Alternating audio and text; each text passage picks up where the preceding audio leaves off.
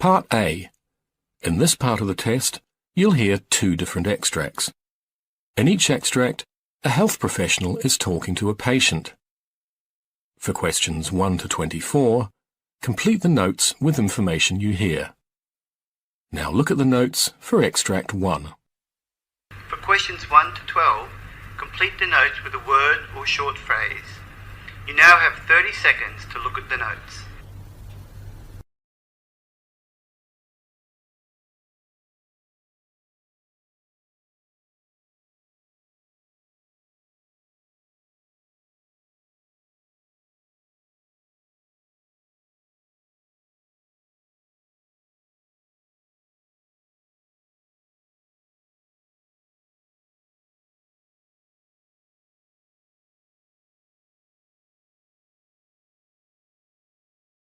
So, Ms. Wayne, as this is your first appointment with me, I'd like to ask you a few questions and get to know a little bit about your medical history. It's also a chance for you to ask me any questions you might have. Sure. I understand from your GP that you have arthritis. That's right, yes. It's in my hands and wrists mainly. The finger joints in my hands get really puffed up when they're swollen, like they are now. The pain can get so bad that it stops me doing a lot of very simple things. Things like having a shower or getting dressed. Then there's the trouble I have making breakfast. Anything where I have to grip and move my wrist, like holding the kettle and pouring, or buttering some toast. Well, you get the idea. It's not like I'm an old woman. I'm only 40. I see. Tell me about your work. I used to be a hairdresser, but I had to give it up after my hands started getting really bad. I couldn't just sit around the house and do nothing, though. So now I go to the local primary school where my kids are and help the children with their reading. And just lately, I've started helping out on a telephone helpline for people with disabilities. They have these special hands-free phones, so it means I can do the work without needing to use my hands so much. It's only a volunteer position, but I really feel like I'm doing something worthwhile.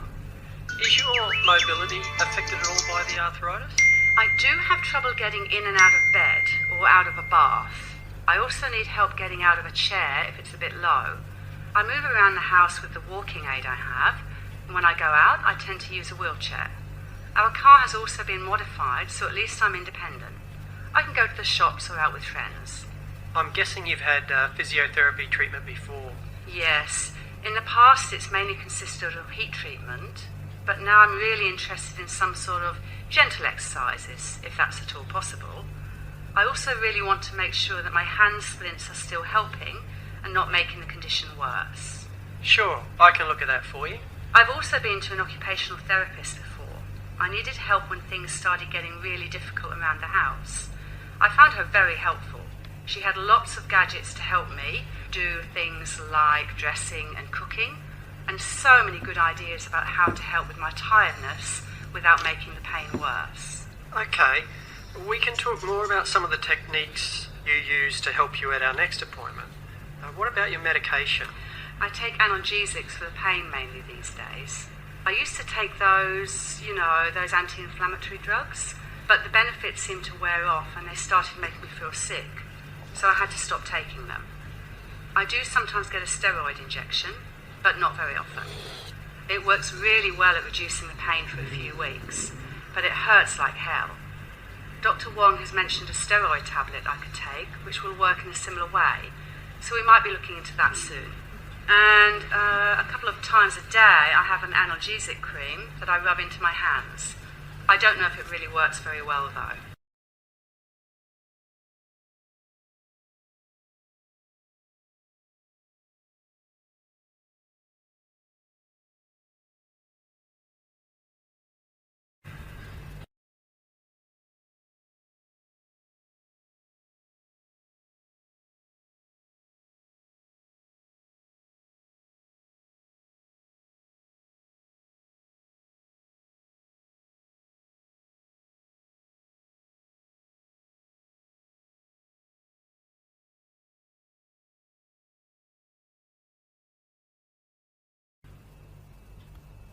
A doctor talking to Mr. Roy Daphnis about his planned hospital admission.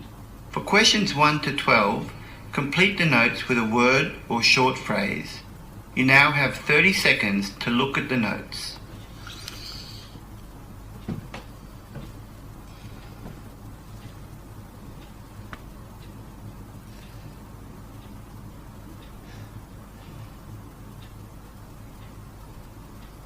So, Mr. Daphnis, this appointment is a chance for us to talk a little about your upcoming surgery and for you to ask me any questions you might have.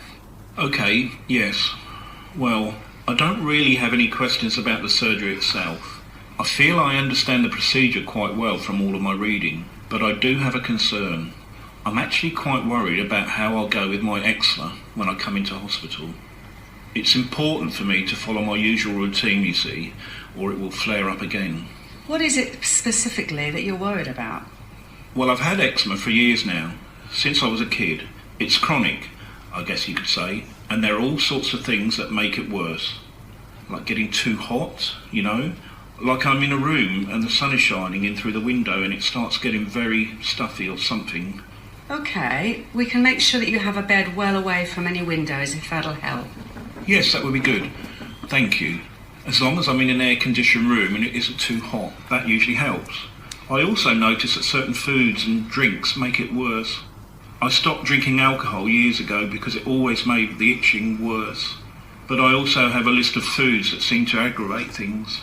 So I was wondering if it's possible to give that to someone, or if I can let the hospital know so that they don't include any of these foods in my meals. If you contact the hospital directly, they'll be able to help you with that. Great. Tell me, Mr. Daphnis, what's your skin like at the moment? Not very good. You can see by my face how red it is, and the itching and scratching has been much worse lately. I think because of the stress I'm feeling about the operation. It's also really bad on my back and my legs. When I lie down in bed at night sometimes I can hardly stand it. Do you ever get any sores or weeping? No, my skin is just dry and very itchy. But I'm most worried that because of the operation, any broken areas in the skin will mean I'm at risk of an infection.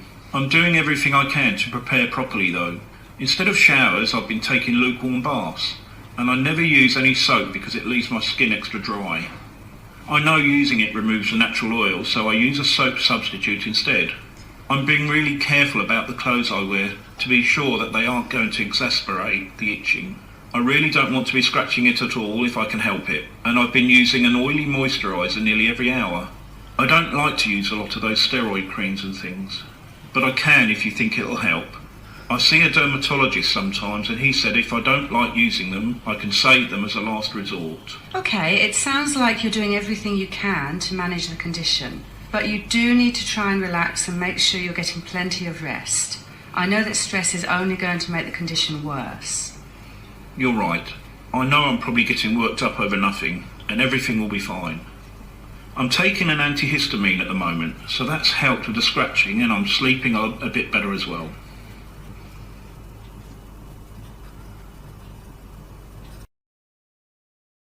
Part B. In this part of the test, you'll hear 6 different extracts. In each extract, you'll hear people talking in a different healthcare setting. For questions 25 to 30, choose the answer A, B, or C, which fits best according to what you hear. You'll have time to read each question before you listen. Complete your answers as you listen. Now look at question 25. Now read the question.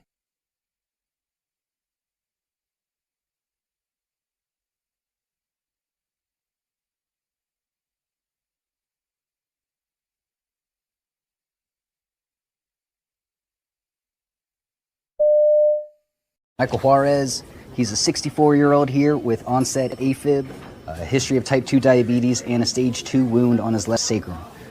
He's allergic to penicillin. He's married and lives at home with his wife, who has Alzheimer's. Okay. He's alert and oriented times 2, and he's unable to ambulate independently. OT worked with him yesterday. He responds verbally. We're actively titrating his amiodarone drip. His lungs are clear. His blood sugar was high before breakfast, and he got 7 units of insulin. His last bowel movement was 2 days ago. He's retaining urine due to BPH. He's on a cardiac diet and is due for a stress test at 10. Did you get all that?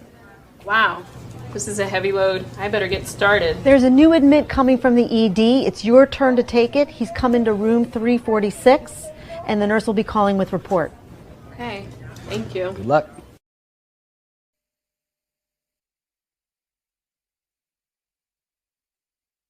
Question 26. Now read the question.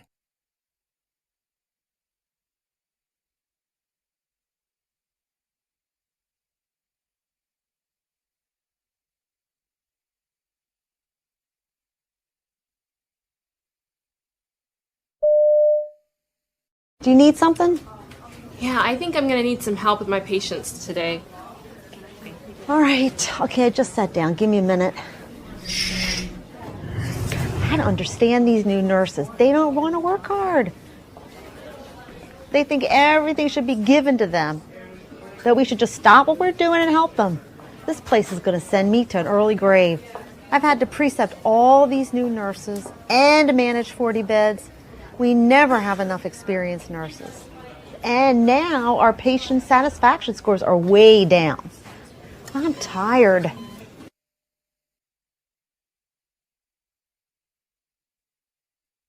Question 27. Now read the question.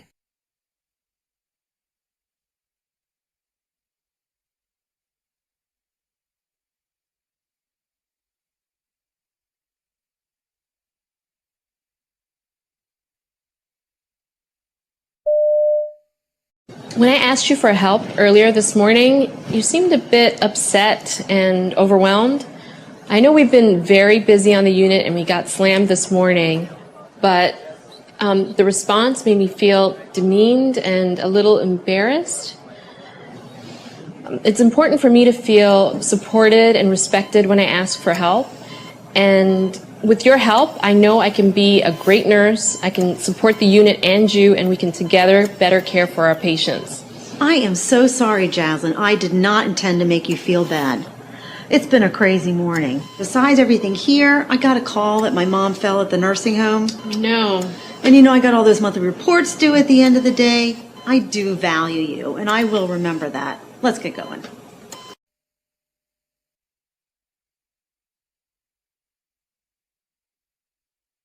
Question 28. Now read the question.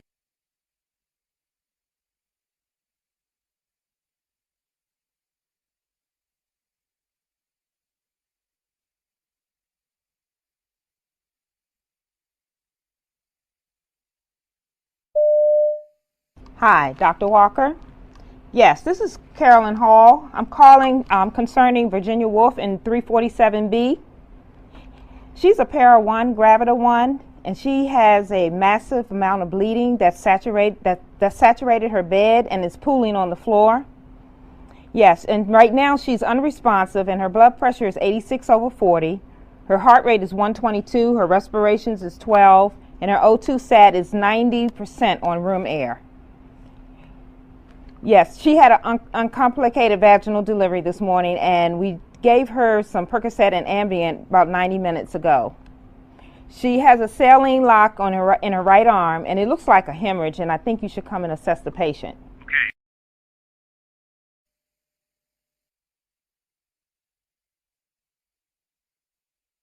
Question 29. Now read the question.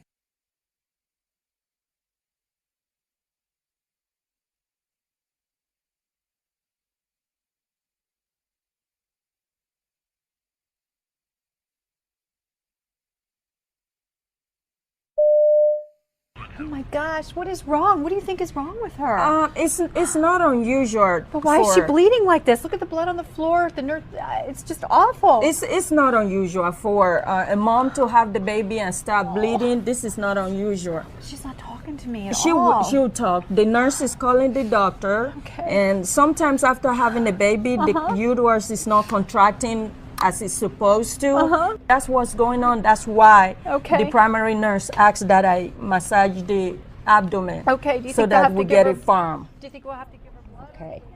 Okay, let me read that back to you. You said you want normal saline, 1 liter bolus, IV, O2 on a non-rebreather, and you want her to keep her SATs greater than 96.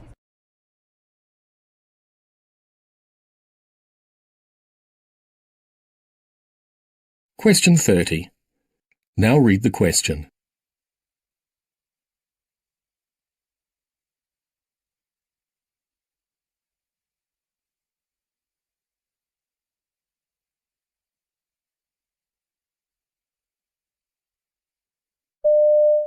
The situation is that a 42-year-old female with signs of chronic liver disease presented here about 2 hours ago with pre-syncopal symptoms after hematemesis and melena at home. On arrival, she was tachycardic and hypotensive, but responded well to fluids. We were working her up as a variceal bleed when she had this further large hematemesis. She's now looking shocked again, with a pulse of 110 and a BP of about 80 on 50, and we are about to start a unit of blood, a PPI and some octreotide. On exam there is no evidence of ascites, so I haven't started antibiotics. And No other background story known at this stage, other than 10 years of high alcohol intake of about 60 grams a day, and a 30-pack a year history of smoking. She's not had much in the way of investigation for her disease yet, although she does say that her GP told her that drinking had caused severe damage.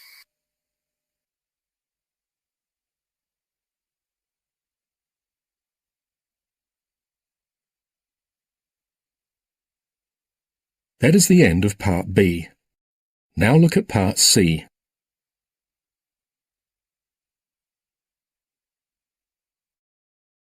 Part C.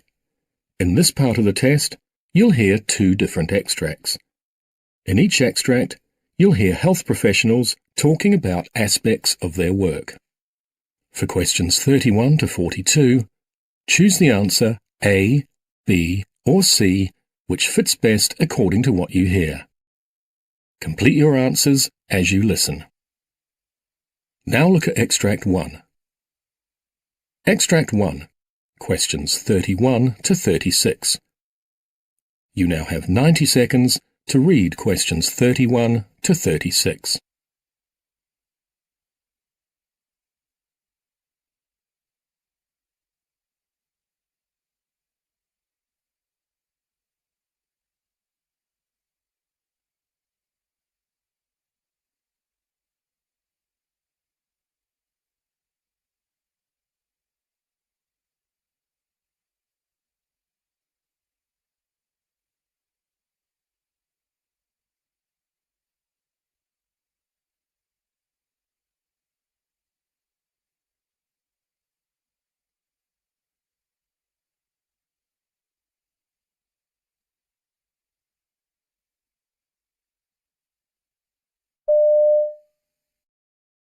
It's been estimated that around the world there are millions of people who are otherwise healthy, have never had a heart attack or stroke, are not at high risk of bowel cancer, yet who take aspirin on a daily basis, convinced that it's going to help them.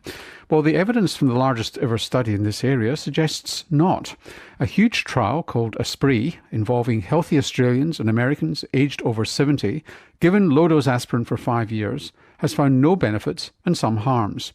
The research was led by Professor John McNeill of the School of Public Health and Preventive Medicine at Monash University, who I spoke to before we went to air. Welcome to the Health Report, John. Thank you, Norman. It's pretty impressive, 3 papers in the New England Journal. What sparked this study? Because it was Australian motivated, even though it occurred in the United States as well. I think we've been aware since the 1990s that there's an evidence gap, that many millions of people take aspirin every morning, and the evidence base, particularly for those who haven't had a heart attack or a stroke or have no other medical reason to be taking it, the evidence just isn't there. So what did you do in this study? We recruited 19,100 people from the United States and Australia. 16,700 were from Australia, and we followed them for an average of 4.6 years, and half of them took aspirin and half of them took placebo. And what were you looking for? What were your endpoints? Well, the endpoint here was disability-free survival, which is a measure of how long elderly people stay healthy. But how did you measure that? By measuring how long it took for people to remain healthy without having a permanent physical disability or developing dementia. And what did you find? Well, we found 3 things. Firstly, low-dose aspirin did not appear to increase survival. Disability-free survival or survival? Disability-free survival and survival. And it also didn't prevent heart attack or stroke. I think I should emphasise that this study was done in people who'd never had a heart attack or a stroke, because people who have routinely take aspirin under very strong evidence to prevent them having another one. So we're talking about healthy people recruited who were over 70 on average, is that right? That's right. The average age was 74. What about cancer? A lot of people take aspirin to prevent cancer, and there is some randomised trial evidence that aspirin can prevent cancer. Yes, this was a surprising finding in our study. There were numerically more people dying of cancer in the aspirin arm than in the placebo arm. This was a relatively small effect. It wasn't statistically significant once we adjusted for the multiple comparisons that we were making, and it hasn't been seen in other large clinical trials. So we're suspending judgment as to what its significance really means. And what were the complications and the side effects? Well, we had the usual side effect of bleeding. We took a lot of care over the measurement of bleeding because older people are more inclined to bleed, and aspirin enhances that effect. And we certainly had an increase in hemorrhage in the people taking aspirin. Now, previous studies have suggested, and we had this on the health report, I think it was last year, suggesting that if there was a hemorrhage risk, it was early on and that settled down later. We looked at this, but we couldn't find that. And according to our data, the risk of hemorrhage just kept going. Now, we had a story not so long ago on the health report suggesting that the effect of aspirin, of low-dose aspirin, is actually only there in people who weigh 70 kilos or less, and that if you want to get an effect from aspirin, you should be on a higher dose, like 325 milligrams or even 600. We've had a brief look at that, and we couldn't find that in our older people. What about dementia? Aspirin appeared to have no effect at all on dementia. But 4 years is not a long time to develop dementia. I mean, did you measure cognitive decline?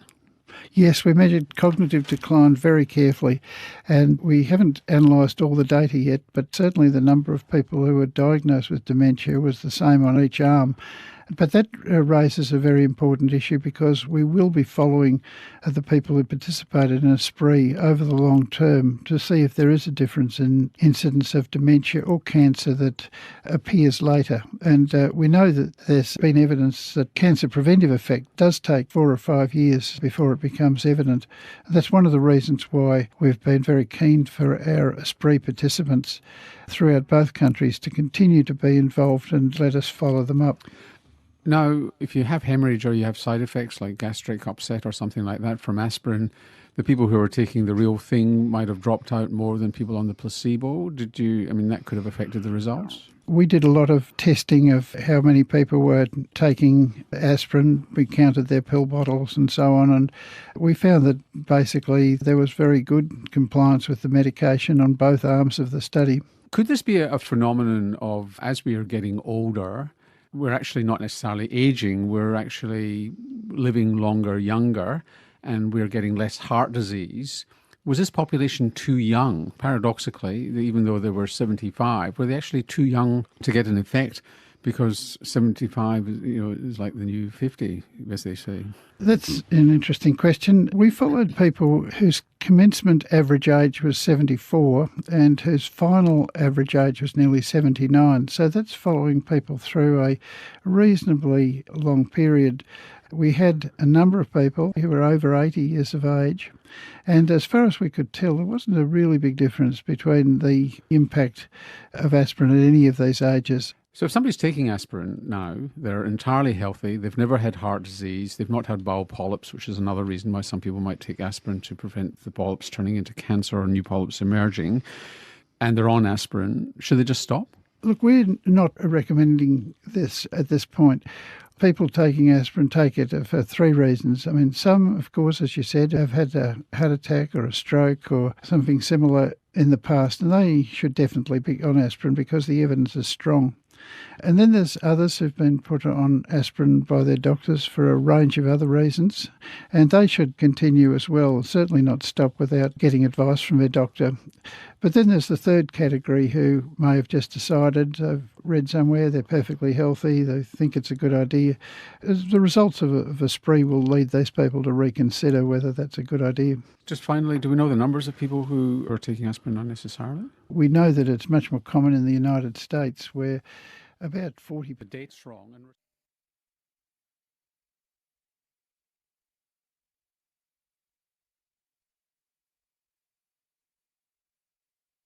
Now look at Extract 2. Extract 2, questions 37 to 42. You now have 90 seconds to read questions 37 to 42.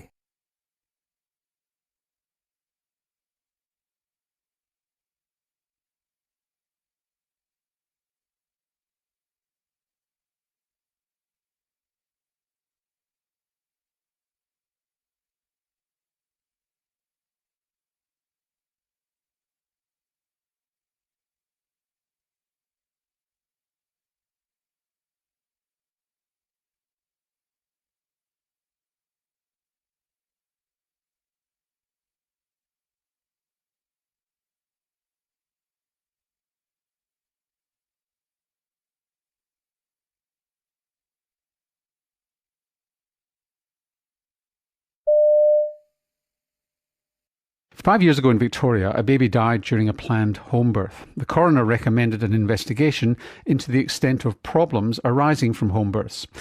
One of the results of this recommendation have just been published. A study comparing thousands of women having their babies in hospital with women having a planned birth at home. Miranda Davies-Tuck was the lead author. Miranda is a perinatal epidemiologist at the Hudson Institute in Melbourne. Welcome to the Health Report, Miranda. Oh, hello. Thank you for having me. Now you took data from 15 years. It's an impressive number of women. 16 years, 2000 to 2015. Sorry, inclusive. maths was never my strong point.